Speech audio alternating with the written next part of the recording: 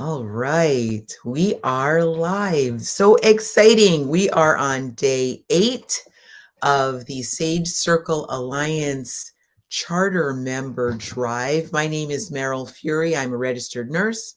I am co-founder of the Sage Circle Alliance, and I'm also president and CEO of Plant-Based Nutrition Movement, which is a nonprofit in the Chicago area. Today, I am speaking with Janet Pearson. Let me turn down all my little noisemakers here. Janet Pearson is one of our board members at Plant-Based Nutrition Movement, and she is also one of the founding members of Sage Circle Alliance. I'm so grateful for having Janet in our life, business-wise, professionally and personally. She's just such a great inspiration. And I can honestly say, I have never met anybody who is so well-read and well-studied and deeply connected to everything that comes across any version of media as it relates to whole food, plant-based health and wellness, lifestyle medicine. This lady is basically a compendium of everything that's out there. She's a constant flow of information for us. So welcome, Janet. Is there anything else you would like to add about who you are and what you do? Well, thank you, Meryl. I appreciate that. I guess when I dive into something, I like to dive in deep and keep on going. And I've always been the person that's always learning, never, know it all, and always like to share ideas with other people and connect people that would be good partners. And I have the time right now in my life to listen and learn to all that's available online today about veganism, plant-based world, cooking, health, wellness, the planet. It's never ending. It's all day. So Right. Yeah, it grows all the time too. Every several days there's something new on the internet that we can find, right? it Yeah. is. It's fun. It's fun connecting with other people that I could learn from, and I do have a good memory. In my previous careers, people would come to me and say, "Oh, what did they say at that meeting last month or last year? You remember what the so and so teacher said at this meeting, whenever?" And I'm like, "Yeah, I can remember that." And I don't know. I was always a good note taker and remembered things, typed things up. I come from the old school. I took shorthand in high school, so that kind of ages me. Shorthand and typing on a manual typewriter, my first typewriter that I learned. So now I have a nice MacBook, and I'm always learning from the younger generation on how to use all this tech because it's ever changing. Yeah, it sure is. And thankfully so, it theoretically is getting easier. Um, and there's so much more available. So let's talk a little bit about what we're here for today. Today, in day 8 of the Sage Circle Alliance membership drive, we're talking about playing a bigger game and what that means. I'm just going to read off my notes, so you'll see me looking off to the side here. So Janet and I and the people in the Sage Circle Alliance, and certainly the whole food plant-based world, is not really big, right? There are quite a few people, more than a few thousand, but it's not a super huge world when you look at how many people are in whole food plant-based for health, compassion, and planet. And if you compare that to the rest of the people out there who are up to something else in life, they've got other kinds of priorities. So it's amazing how many people we can meet who have some fairly well-recognized presence, right? So it's not super hard to meet very well-known people in this realm. It's really not. You can meet the Esselstyns, right? Those are one set. You can meet the Campbells. You can meet Michael Greger. You can meet Joel Furman. You can meet, so many of them are really quite accessible. And even if you're somebody who's not well known, you can, it's easy to be paparazzi for these people. You can get your picture taken with them, all that. But at the Sage Circle Alliance, we're not just up for being paparazzi, and we're not just up to, um, throwing rose petals at the feet of those who went before us. We're up for playing a bigger game. We're up for being involved in making a difference and causing a paradigm shift. So that's what we're going to talk about today. So Janet, let me ask you a question, and you can certainly ask me any questions you want. This is a free-flowing conversation, not really an interview. When you think about who's in the Sage Circle Alliance right now, and you think about the possibility of connecting with them, how does that make you feel? Or, what comes to mind when you think of that? Well, I feel very comfortable about our founding members. I'm fortunate and have the privilege of being in on some of the planning ideas and sessions that we've had. And I feel I can really email or call anyone that's a founding member, no matter what their status is, and I will get a response back. They will call me, they would email me if I said, hey, we're having this think tank meeting. We'd love to invite you to, participate. They're very willing to give their time and their ideas. So it really doesn't matter the experience or the popularity or the influencer number that they're reaching online, or how many years they've been involved in the plant-based industry or sector. I think being part of the Sage Circle Alliance is a very comfortable place to be, to connect with others, to learn from each other, and to connect the different generations more than anything. There's many people have gone before us that I've been learning from, but then there's the next few generations behind us, and we feel, we are the collaboration that could connect all the generations together. So I think that's one of the benefits of being a member of this type of network of plant-based and vegan professionals. I totally agree. I'm playing with I the way see. that's coming up. It's so much fun to play with this technology we're working with today. We're on StreamYard. So I agree, Janet. There's so many people that we can connect with that have different areas of expertise, and like you said, the intergenerational thing. So there's people who are really quite a bit younger than we are, and they have a different perspective, which is great. We have this, one perspective, they have another. I'm not going to say one is better than the other, because it's not. They're equal, and they work well together, and that's kind of the goal of the alliance, is that we look at all these different perspectives and we pull out the best of all of it, and we weave together in a way that makes a difference for everyone, and that can move the message forward. You mentioned something about think tank. Tell us a little bit about that. Well, Meryl and Paul are founding members. Initially started the organization with a few subgroups, and Think Tank being one of them. And I have a co-leader, Mike, who will be on a later, I think next week or a few days from now, he'll be interviewed. But we didn't know each other. We were just assigned the leader type of team leader position, and don't know why. Just didn't ask questions and said, okay, I'll do that, and see the best I can from how I see it going. So we've had monthly meetings and talking about different topics and solving different problems and coming with solutions with the experts, because Meryl has stressed always to have an open, a design thinking, open thinking type of philosophy. And the more we brainstorm and mind map off each other's ideas, we collectively could create solutions. And you never know when you're going to get the solution or find the right answer or where it's going to come from. But collaboratively, we discuss various situations, and we're coming up with some good answers. Yeah, yeah. I think that's how we get to play one way we get to play a bigger game, right?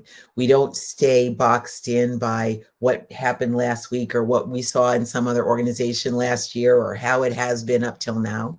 We keep trying to push the paradigm and keep trying to like break open that envelope that keeps us hemmed in. There has to be an answer for some of these, what I call gnarly problems, these wicked problems that touch so many different areas of our lives and that we seem to have been stopped by for a really long time. So I'm going to go off subject just a little bit. Janet and I work together at Plant-Based Nutrition Movement. And one of our biggest projects there, it's our single biggest project, is to work with children's nutrition. Janet has huge history in the scouting tradition.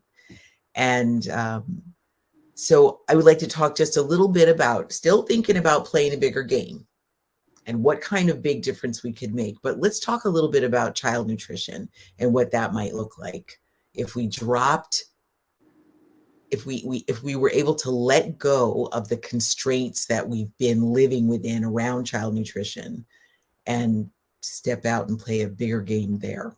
What do you think about that, Janet? Well, I think scouting, whether it's Boy Scouts, Girl Scouts, or it's been all over the news the last few days, Scouting America, both girls and boys can be scouts, which is great in the Scouting America program, which is more outdoors and teaching kids of all ages really how to connect with each other, how to eat healthy, how to cook, how to be in the woods and nature, sustainable, protect the planet, all kind of different ideas, that leadership skills that they don't really learn in the day-to-day school programs or sports athletic programs. So it gives you that, it fills in the gaps. And I found I could still remember as a second grader going on my first overnight camp out away from my family or relatives to be with people that my parents did not know, basically, but scout leaders. And I came home so excited saying, Mom, I can't believe it. I got to flip pancakes for everybody. And she looked at me like, I make pancakes all the time. I said, yeah, but you don't let me flip them.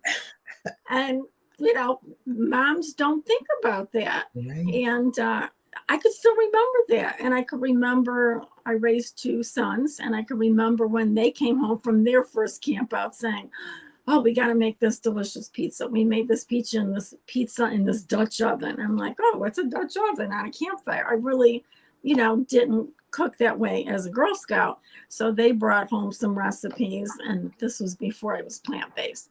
And I remember as a leader teaching the Cub Scouts in my group the food pyramid, which was before the My Plate, because and Earth Day, celebrating Earth Day and doing service, and cleaning up the areas and different streets and parks. We planted trees for one of my son's Eagle Scout project. We planted 17 huge trees, and they all survived.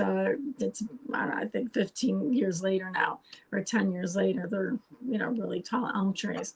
So we've done a lot of things with nature and with different scouts, but nutrition. People are the scout leaders from the weekend. This past weekend, I'm just coming off of a wonderful day spent in southern Wisconsin with the Lake County Council, and they were so wonderful to work with. They're open to plant-based options. Most of them have vegan or vegetarian or gluten-free or various allergy requests or allergy-free requests for meals at the different outings. And food is a big part of it. And nutrition is a big part. And what we grew up with is really not, it's changed, and people don't know that yet. They think they know it, or they're starting to learn it. They're physicians, or they're hearing what is plant-based and what is vegan, but they're not hearing the full story. So I feel we could definitely play a role in introducing them to the delicious plant-based ways to make healthier choices, easier choices, more economical choices. There's all kind of benefits to the plant-based options, whether it's, I mean, just baked potatoes and foil packets and Mhm. with seasonings and things. So everybody loved the food, and I think they were pleasantly surprised. You know how when you're demoing and people are hesitant to try a taco meat that is not the traditional So hold ingredients. on, because maybe I missed it, but did you tell people exactly what you were doing this past weekend? I I did think not. you're okay. So let explain what you were doing, and then we're gonna like just kind of expand on that a little bit. What were you Okay. doing this past weekend? Well, it's always been my dream since I was an active scout as a child and then as a parent to get involved with scouting somehow. And I started calling different councils beginning of the year to see if they would be open to having a plant-based, having us come and participate some way, somehow. And one council was very open to it. So they invited us to their Cub Scout Jamboree. And they said, oh, it's our spring jamboree. And I'm aware of the event because they've been going on since I was active in it. And it's where all the small younger children get together and they bring their parents and they do different fun activities, kind of get the kids outside, outdoors, away from the TV and the video games, and out in nature and doing fun things. So we actually had a table, a station, and we had a plant-based option, and we offered some lentil crumbles that were seasoned with taco seasoning, and we put barbecue sauce in it and had it with some chips, and then we had a display and taste tested that also with the microgreens and showed them how the tiny seed of the broccoli seed turns in 10 days into a microgreen plant a few inches high, and they got to eat it or taste it. And how then in 160 to 100 days, it grows into a flower that we call broccoli as our vegetable. And they were amazed, and some of the leaders. So we're training the leaders, the parents, and the children all together at this type of event. And it was great because originally we thought there would be about 100 scouts and 200 parents. And about 2 weeks before, we got an email, oh, we think there could be 400 450 people. We're like, oh, good, we have enough. We planned for the group, we're good. And I had two other board members help me, so brought back a lot of memories, preparing and packing all the things we need to do an outdoor event. Luckily, we were in a shelter that had electricity, so we were able to use our Instant Pots. So it worked out really well, and a lot of the leaders and the children both alike were interested in doing more activities and trying different things. We introduced them to soy curls, the lentils, bean options, and different things that when we're plant-based they're coming naturally to us now, but in the beginning it was like, what would I eat if I can't eat anything from an animal, or Right, an animal, or fish or chicken or eggs? What's left? right, But right, the plant, now that we're plant-based and we have been doing it a few years, we realize there's so much more available. right. And so much more of that food obviously is healthier for children, right? There is no comparison, and I am not speaking, I don't, please don't take this to mean that we are judging or speaking poorly of anything that the Scouts do. We're, thrilled that they're still in business and doing everything they do after, I don't know, it's got to be more than 100 years now or so. The Boy Scouts have been around. Um, and as Janet said, our understanding of food has changed. And actually, what food is available has changed. When the Boy Scouts or scouting first started, there weren't a lot of these processed foods and things that are available now and that are convenient and quick and inexpensive, which I think over generations, everybody has taken more advantage of, and it's become the norm for children to eat highly processed, not particularly nutritious foods. Um, like I just said, they're quick, they're convenient, they're fairly inexpensive. Okay.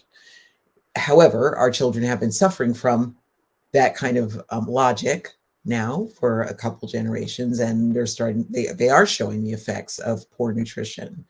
So I'm so grateful that Janet and a couple of the board members were able to go, because that was an opportunity, a huge opportunity to share just a little bit, literally just a taste of what's available with plant-based nutrition that can be used in a scouting event without too much difficulty at all.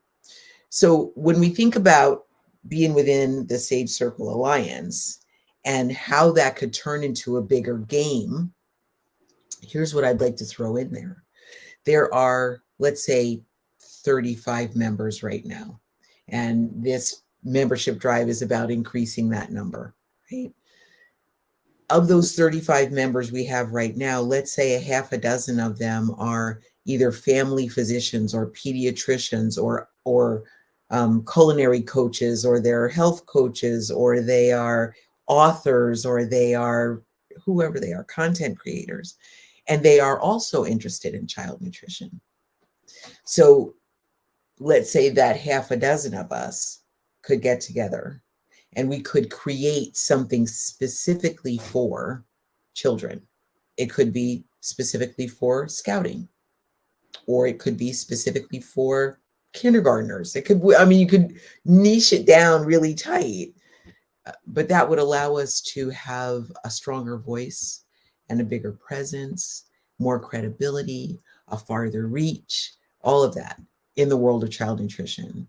And that's, to me, one of the beauties of having an alliance, that you can work with other people who are just as crazy passionate as we are about any part of it, and amplify the impact of what we're doing.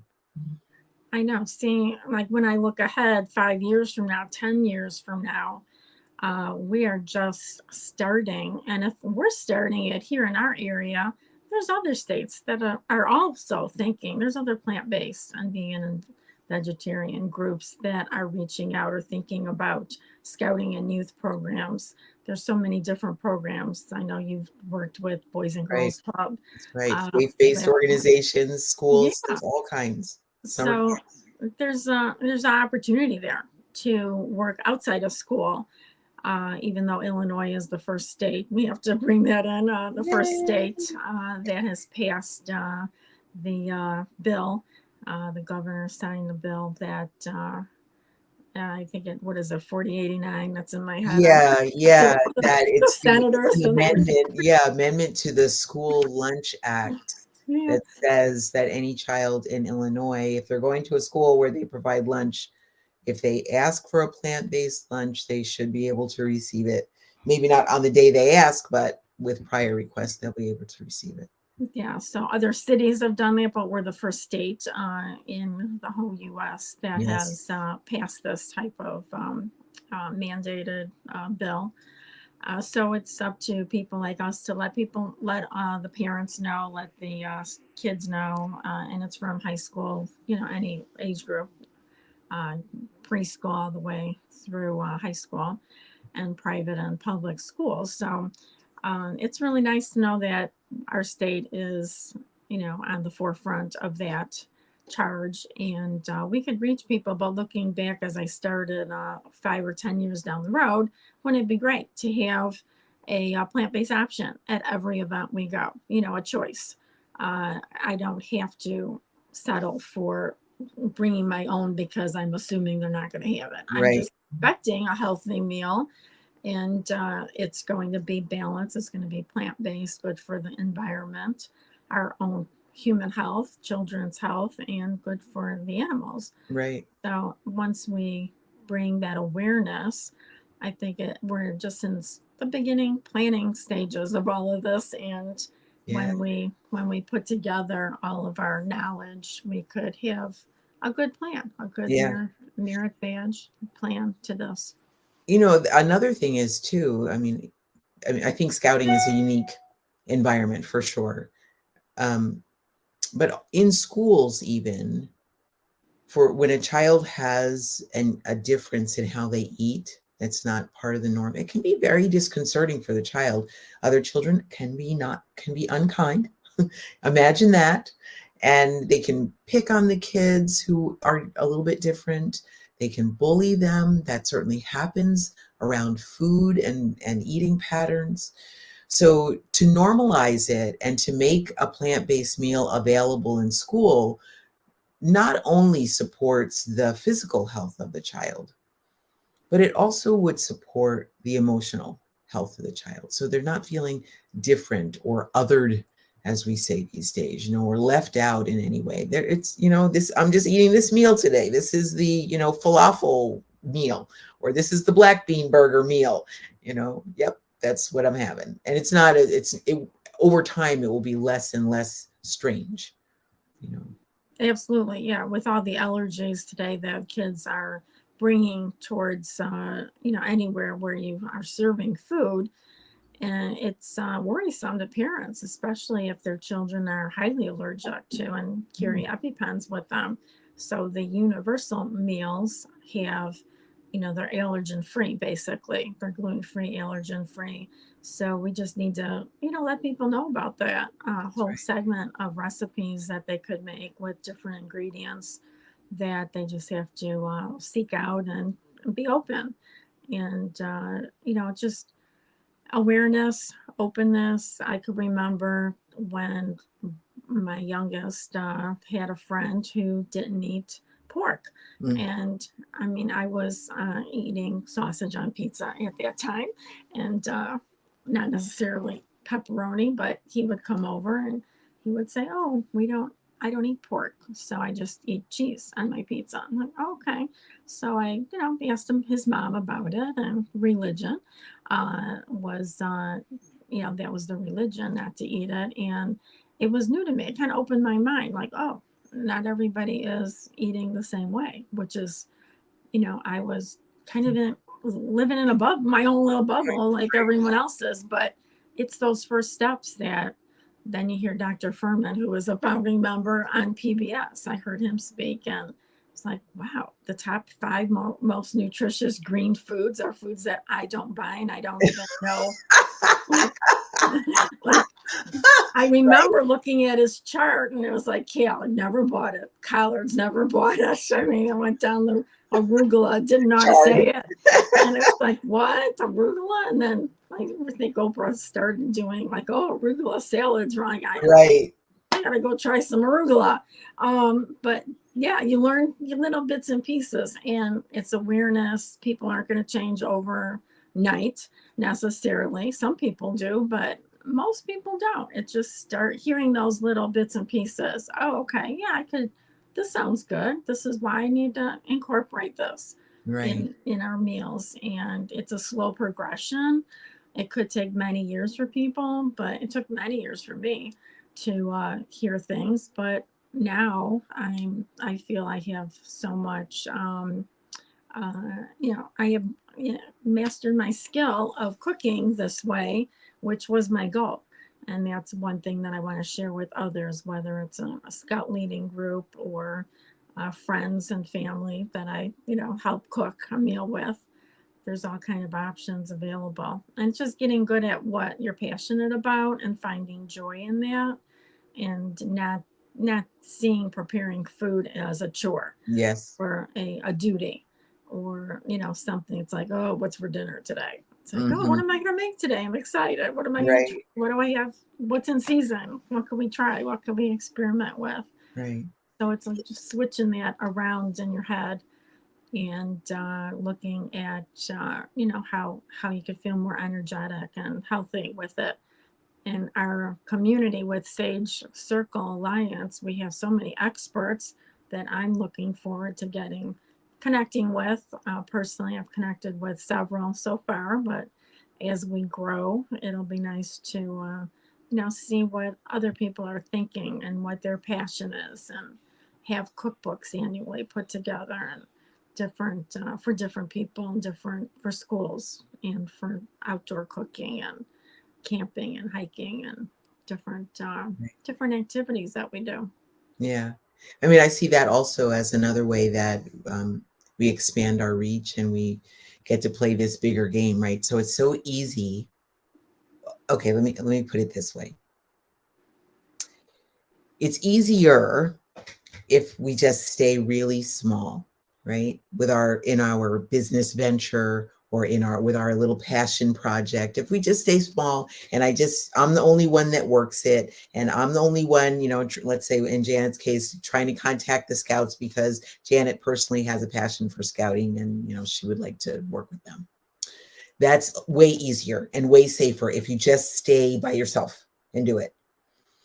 But to have a bigger impact and to have a broader, deeper reach, it requires playing a bigger game. And to play a bigger game, you have to work with other people. Now, we know working with people can be challenging, right? But being in an alliance where you are 99% sure everybody's been vetted, everybody is about whole food, plant-based, there's nobody in there trying to hurt somebody else or steal your ideas or do anything like that. Everybody is just there to collaborate and push the message forward to make a difference for health, compassion, and planet. Then playing a bigger game is fun because I can, since our thing is children, I know there's 6 other people that I can reach out to and I can say, hey, we're doing a podcast, let's say, on child nutrition. Would you like to be on it? And I can get maybe 3 MDs, a couple of nurses, a couple of cooking coaches, and a digital marketer to help me out, right? And that's how we expand the reach. That's how we increase the diameter of the playing field that we're on. That's how we play a bigger game, is by working with other people and being able to drop that fear. I was telling somebody yesterday, I think it might have been yesterday when I was on, these days are starting to blur together and it's only day 8. But I have a friend who has not been in this realm very long. She's just recently really getting into whole food, plant-based eating. She's very kind. She's very capable. She's extremely bright. And she wound up getting connected with somebody who was in this realm, whole food, plant-based professional, who did not mean her any good, who actually caused harm. Oh, no. Yes. And we don't like that. Just like that. I mean, that's an honest gut reaction from Janet right there, right? I have believed, I'll put it that way, that once you're this far in the whole food, plant-based world, that you only mean good. You're not a violent person. You're not trying to hurt anybody. You're not trying to steal from anybody or, take anybody's property or their thunder or anything. You're certainly not trying to harm anybody. But this friend of mine wound up getting connected with somebody who did her no good at all. So another version of playing a bigger game is that there's a whole circle of people in the alliance, literally the sage circle, that you can go to and you can say, have you heard of this person? Do you know anything about this person? Where can I find out more about this person? Okay, is your opinion objective? Can I trust what you're saying? Okay, you said so. Okay, let me do a little more research. You can talk to 20 other people and hear about, is this person safe? Does this person have a good reputation? And if 15 or 18 of those 20 people say, then you have that much more knowledge, wisdom that you can draw on and avoid problems. Yeah, what you're saying is reminding me, in comparison, the Better Business Bureau of years ago. Yes. Or your community chamber before you hire a contractor, because what you research online is not always the truth about. Yeah, or it's that person's own opinion of their own work, right? Yeah, it can be dangerous sometimes. Yeah, but I think with Sage, we want to attract people that are promoting a healthy, first Exactly. healthy human, healthy planet, and compassionate to the agriculture. Cows are just as we all like our pets, our dogs. They cuddle up and jump on the couch. We have two German shepherds, and yesterday I was watching TV, and one of them jumped up on the couch and he put his head on my lap. And this morning on Facebook, I saw a picture of a cow, and his head was on the lap of a young girl. Mm. And I thought, oh, it just reminded me of uh, just last night with Right. my It's pretty pets. much the same thing. Yeah, Pretty much. and we don't realize that they are compassion. They're animals, sentient beings Yeah. that we need to protect and stop the animal agriculture. But there's experts like Dr. Will Tuttle, who we've had an amazing interview with a few days ago that I watched last night.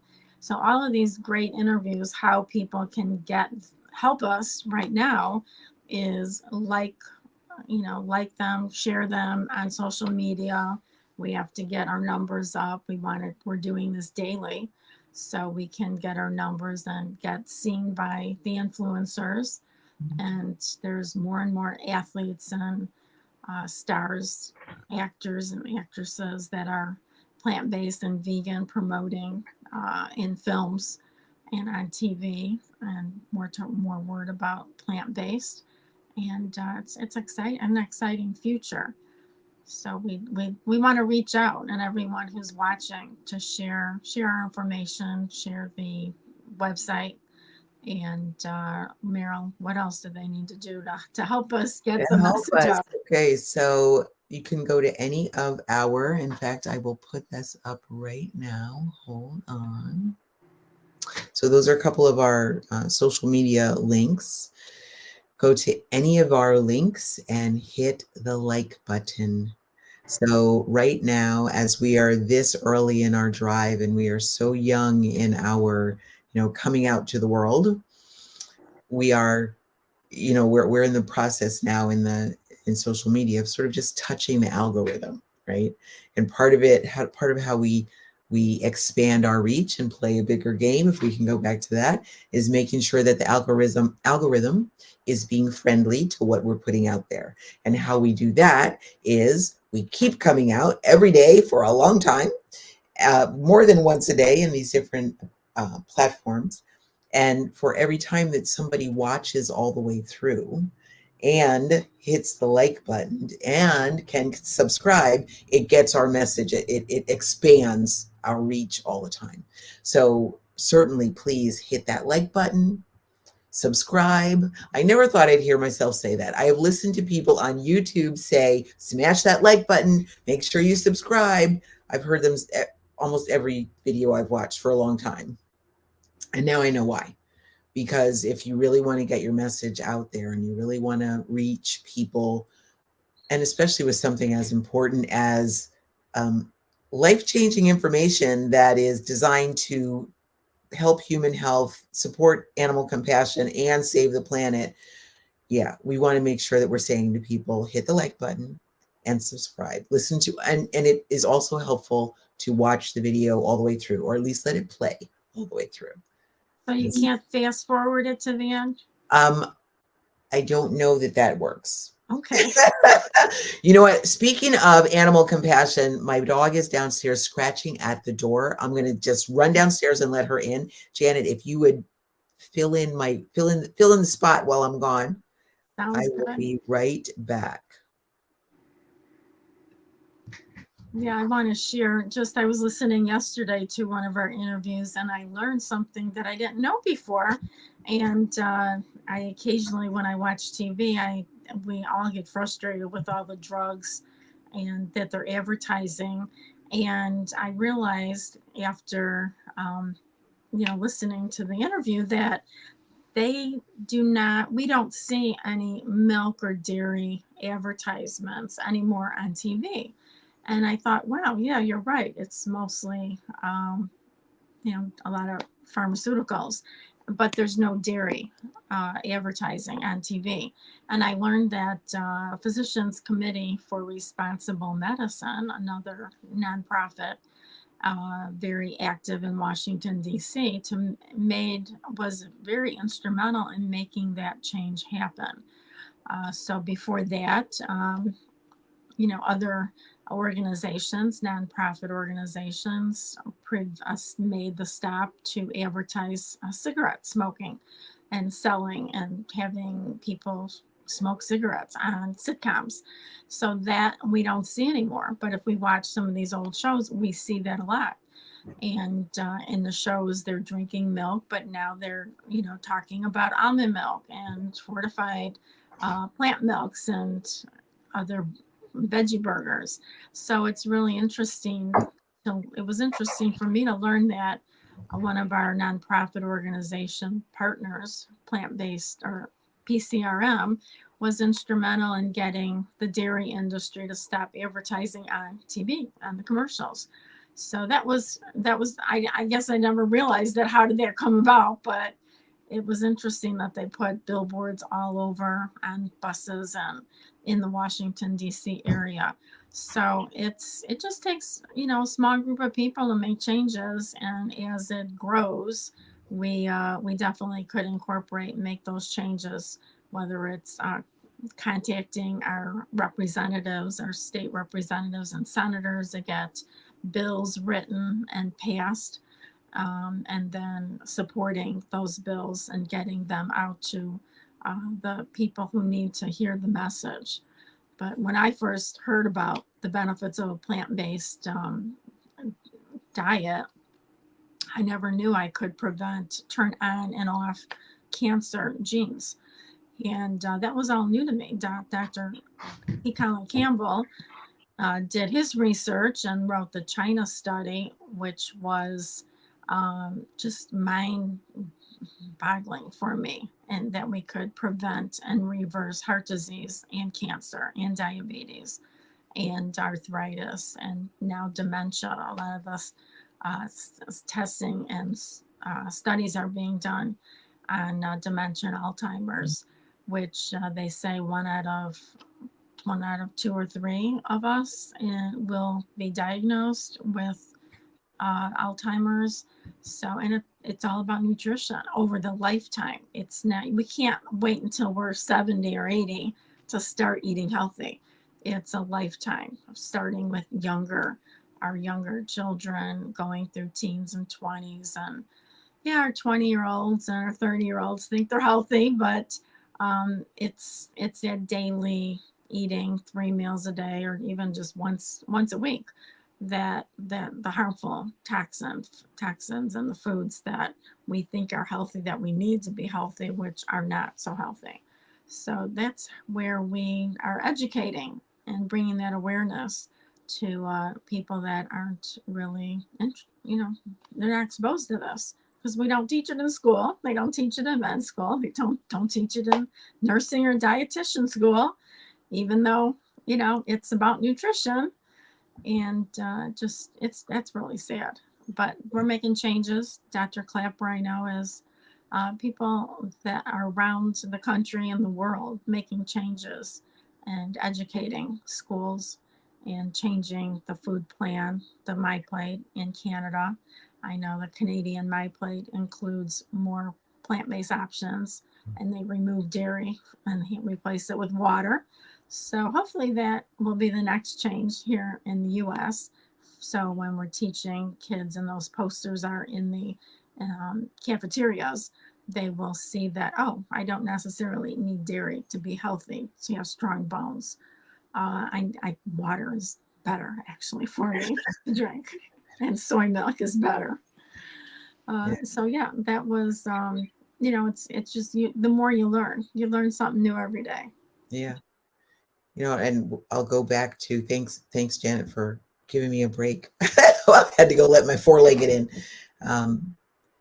Every time I think about something like you're talking about, the dairy campaign, and I hadn't heard that either, that it was a part of PCRM. So I'm going to go back and, research it and learn more. I just pulled it up on my phone, actually, There's ditchdairy.com, which I'll look at.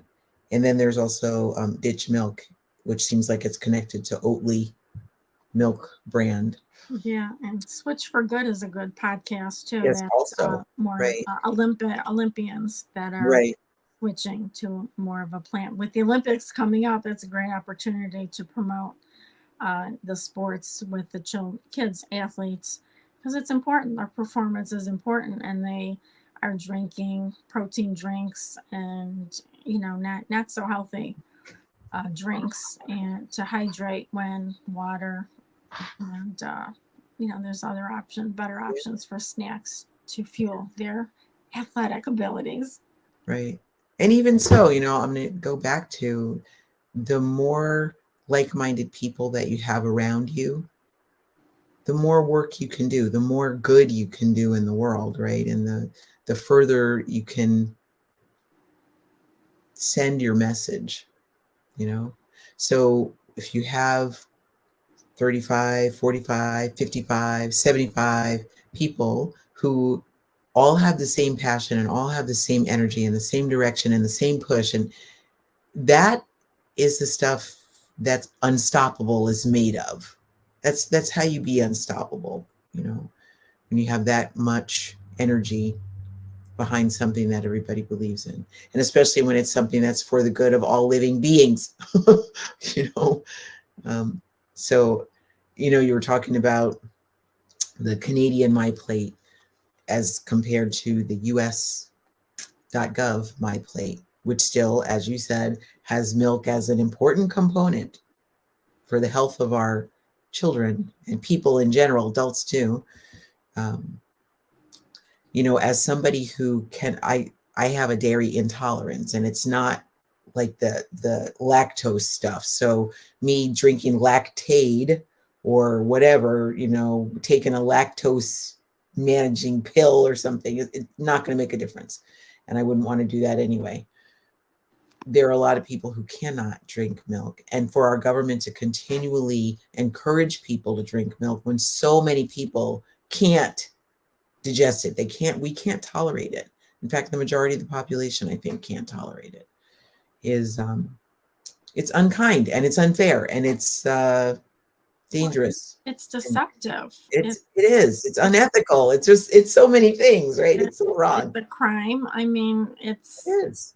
It eating is. eating processed meats, whether it's bacon, a hot dog, or processed even. Right. Ham and cheese sandwich, turkey sandwich, pepperoni pizza, any of it. Any of it. Any of it. And all of that, we'll go back to our conversation about children in schools and everything. All of that is what the kids get served on a regular basis in school.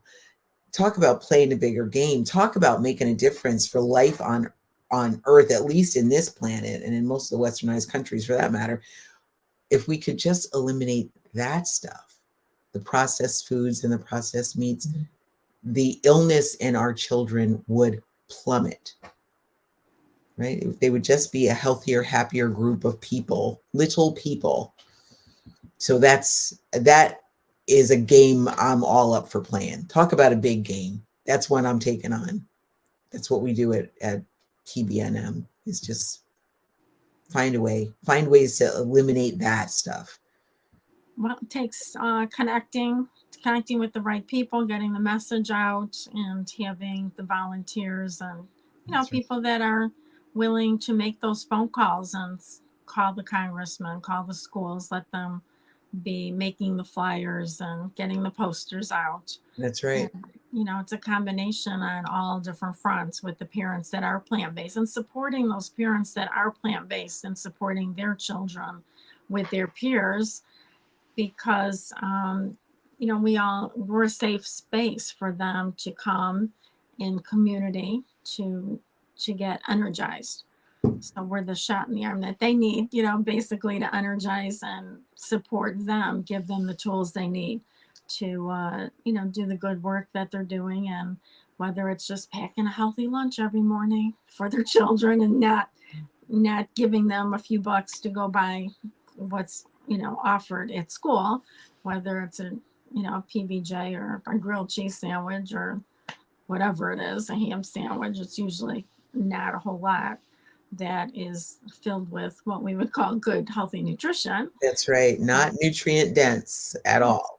It's going to the grocery store and getting that salad packed the night before, getting the oatmeal, overnight oats, some simple strategies that we could help some parents with, Right. and even the easy enough for the children to make on their own and come up with their own creative ideas and combinations, because kids know what they like. That's And right. They have their preferences. That's for sure. That's for yeah, sure. but Yeah. I was surprised at the Cub Scout event when we asked, a lot of the kids, what's your favorite fruit? What's your favorite vegetable? And I don't know if it was just because we had broccoli there, but several of them said, "Oh, I love broccoli," and this is how broccoli, they were amazed at how that little tiny seed grows into a big rock. Yeah. Why aren't they learning this in school? Please, Don't you teachers. wonder? Don't you wonder? We are in farming country, technically, northern Illinois and southern Wisconsin. There's lots Well, of farms around here. unfortunately, the two products that we grow are soy and corn, and A lot. they And are cows not fed for. and They're dairy. Yeah, they're not fed. They're not people food Yeah, basically. basically. We have to switch that around and get healthier Yeah. food to Part of farm. the other thing we're doing when you talk about playing a bigger game, and we only have maybe 5 minutes left now or so for this. We'll wrap it up. But so up till now, there has been, so the American culture is one of competition, right? There are certainly cultures in the world, countries in the world where the population is encouraged from very, very young for generations now, 100 years or more, or their entire lifetime, the entire length the country's been around. They're encouraged to cooperate, right? That is not the American culture. The American culture is one of competition. The American culture is one of I'm going to get mine, and I really couldn't care less if you don't get yours. Um, we are taught to pull ourselves up by our own bootstraps, right? Even if I stand next to you and I cut your bootstraps off, too bad. You're still expected to pull yourself up. We're expected to cast our own shadow, right? We're expected to basically, I mean, this is going to date you and I, Janet, but we're expected to kind of be like John Wayne, right? I cast my own shadow and I figured it out for myself. That is the paradigm we've grown up in. That's typical American culture. That has gotten us a certain distance. It's gotten us to where we are now, which is amazing. My view is that we can't get a whole lot farther competing against each other. We have to come to a point of cooperation and collaboration, willingness to give a hand up. I remember someone telling me once, once you've gone to your next level, reach back and pull somebody forward with you, right? Each one reach one, each one teach one, right? It's kind of like that. And that's where that's kind of the underlying premise and the belief of the Sage Circle Alliance is that we work together.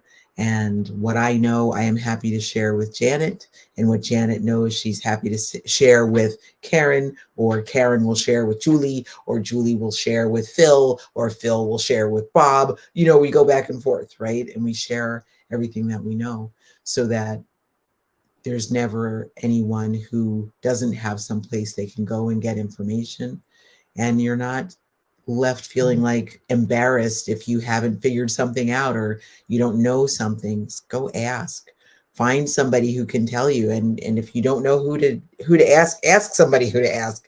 It's we're about collaborating, we're about making a difference, and the competition part, it doesn't foster growth in the same way that collaboration does. Right. Well, there's enough of the world that needs to hear this information. It's going to take all of the plant-based world to make this change happen. Whatever, we each have our little passion projects, but we all work together with each other to make it all work.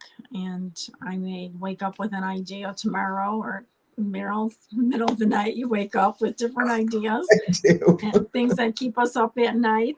And it's like, wow, okay, where'd that come from?